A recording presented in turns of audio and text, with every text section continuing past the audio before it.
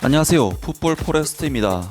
김희재 선수는 이번 시즌 너무나도 과도하게 많은 경기에 출전하면서 부상을 달고도 계속해서 경기에 나올 정도로 강행군을 하고 있고, 때문에 정상적인 컨디션이 아닌 상황인 만큼 한 번씩 실수들이 발생을 하고 있는데, 그로 인해 김희재 선수는 현재 바이에른 뮌헨에서 방출 명단에 이름을 올리고 있다는 소식이 전해지고 있으며, 그 밖에도 유럽 축구 이적 시장에 절대적인 신뢰도를 지닌 파브리지오 로마노 기자로부터 김희재 선수가 프리미어리그 무대로 진출할 수도 있다는 소식이 전해졌습니다. 바이에른 뮌헨의 김희재 선수가 최근 들어 계속해서 독일 현지 매체로부터 이해할 수 없는 억가의 대상이 되고 있습니다. 바이에른 뮌헨은 김희재 선수를 거의 절대적인 주전 선수로서 거의 모든 경기에 내보내고 있고, 김희재 선수는 바이에른 뮌헨의 워낙 높은 라인과 뒷공간을 커버해야 하는 임무를 수행하다 보니 당연히 과부하가 걸릴 수밖에 없는데, 안타까운 실수로 실점의 필미를 제공하는 모습을 보이기도 하는 등 김희재 선수의 최근 모습은 사실 풀빛과는 거리가 멀다고 할 수가 있습니다.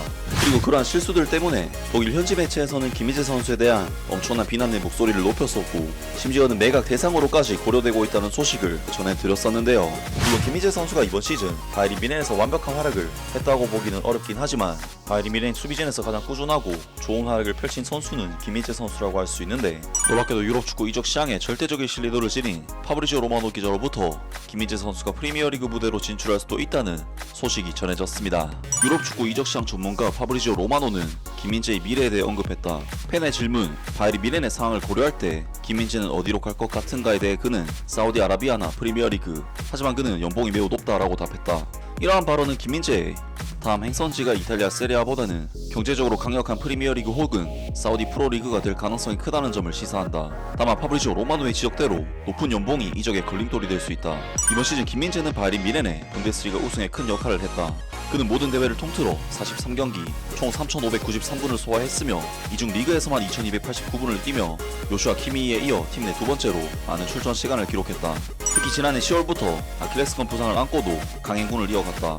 수많은 동료 선수들의 부상 속에 쉴 틈 없이 출전하며 바이에른 뮌헨의 수비 라인을 지켰고, 국제축구선수협회로부터 혹사 우려가 제기될 정도로 혹사의 아이콘이 되었다.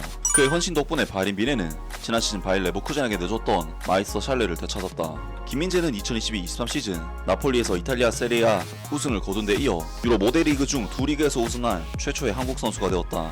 하지만 김민재가 다음 시즌에도 바이에른 뮌헨의 유니폼을 입을지는 불투명하다. 부상 여파 속에서 시즌 후반기 들어 실수가 잦아졌고, 이에 따라 독일 현지 비판도 증가했다. 이후 스카이스포츠 독일, 빌트, 키커 등 주요 매체들은 바이에른 뮌헨이 김민재와 결별을 고려 중이라고 보도했다. 실제로 바이에른 뮌헨 이사회는 이미 김민재의 이적을 결정한 것으로 보인다. 빌트지의 보도에 따르면 막스 에베를 단장은 여름 이적 시장 계획과 요나단 타와의 2018년까지의 계약에 대해 보드진의 승인을 받았다. 매체는 바이에른 뮌헨 수비스타 김민재에 대한 해외 이적 제안을 기다리고 있다고 설명했다.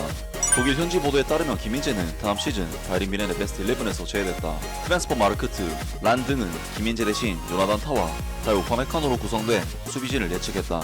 요나단 타는 자유계약으로 바이에른 뮌헨에 합류할 것으로 보이며, 다이오 우파메카노는 재계약 협상 중이다. 키지 역시 바이에른 뮌헨은 여름 이적 시장에 김민재와 결별할 것으로 보인다라며, 김민재는 구단 내 매각 후보로서 간주되고 있다고 전했다. 또한 2년 전 바이에른 뮌헨은 5천만 유로를 투자하여 김민재를 영입했지만 기대했던 결과는 얻지 못했다. 현실은 냉혹했다. 이번 여름 이적이 이뤄질 가능성이 높다고 덧붙였다. 항상 바이에른 뮌헨에 남아 자신의 가치를 증명하겠다는 의지를 밝혀왔던 김민재도 결국에는 생각을 바꾼 것으로 보인다. 사실 그는 지난 여름 이적 시장에서도 이적설에 휘말렸었다.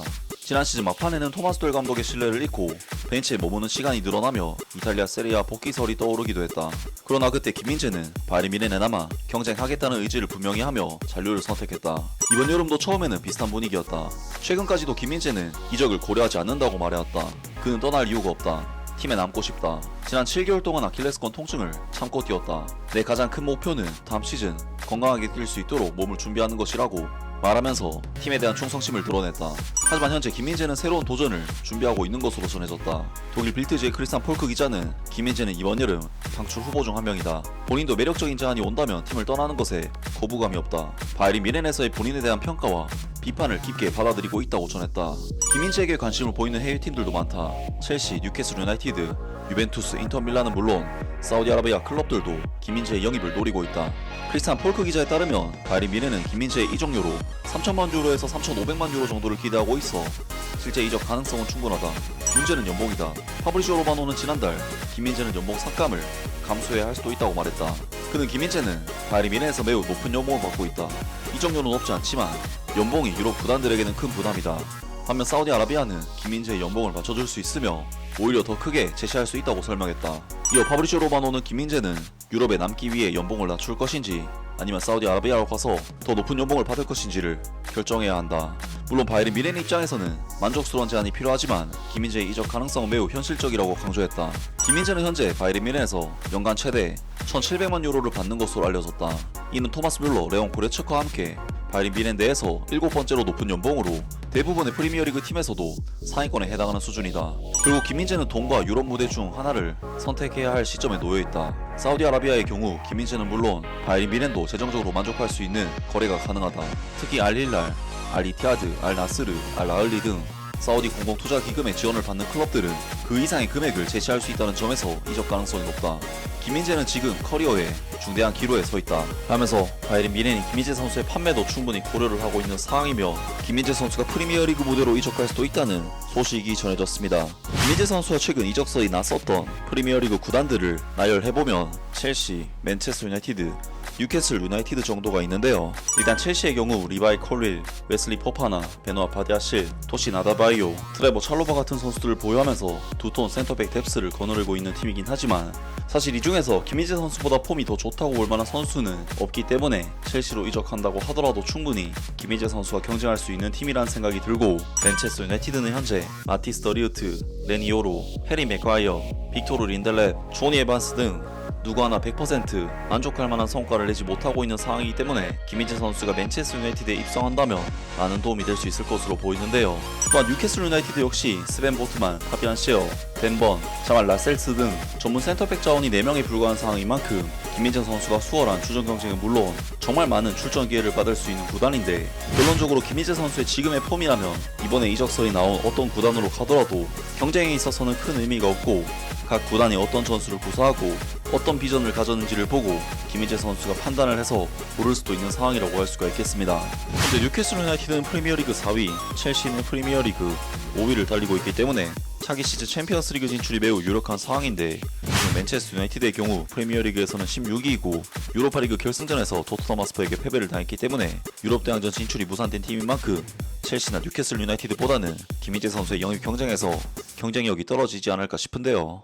김민재 선수는 최근 바이에른 뮌헨 구단으로부터 패싱을 당하기도 하는 등 독일 매치와 심지어 클럽으로부터 인정을 받지 못하고 있는데, 안 그래도 김민재 선수에 대한 인식이 독일 내에서 좋지 못한 상황에서 독일 국가대표 선수인 요나단 타 선수가 바이에른 뮌헨에 합류를 한다면 김민재 선수에 대한 여론은 더욱 벤치 자원 정도로밖에 여겨지지 않을까 싶은데요. 김민재 선수 입장에서는 바이에른 뮌헨에서 분데스리가 우승도 달성을 했기 때문에 지금 시점에서 독일 무대를 떠나는 것도 나쁘지 않은 선택이 되지 않을까 싶고, 만약 김민재 선수에게 좋은 제안들이 들어온다면 이적을 고려해봐도 좋지 않을까 싶습니다. 아무튼 오늘 영상은 여기까지고요. 영상 재밌게 보셨다면 구독과 좋아요 그리고 댓글 부탁드립니다. 감사합니다.